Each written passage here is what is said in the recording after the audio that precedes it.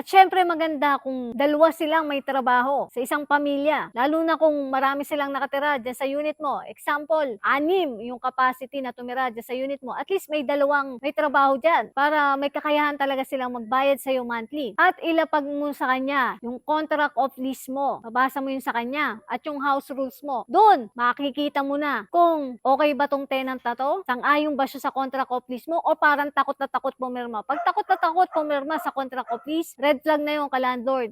At sobrang umaangal dyan sa house rules mo. Halimbawa, ayaw mo ng bisita. Eh sabihin niya, weekly may bisita siya. Dahil yung kumpare niya, binibisita siya. Red flag na yun. Ayaw mo nga na may bisita eh. Tapos sabi mo doon, walang pet. Sasabihin niya, may pet siya. Red flag na yun. Huwag mo nang tatanggapin yun. Kasi hindi nga naaayon sa nilapag mong house rules. Kaya ka-landlord, galingan mo mag-interview at huwag kang magmadali tumanggap ng tenant. Pili ka yung matinong tenant. Marami dyan. Sure ako makakahanap ka.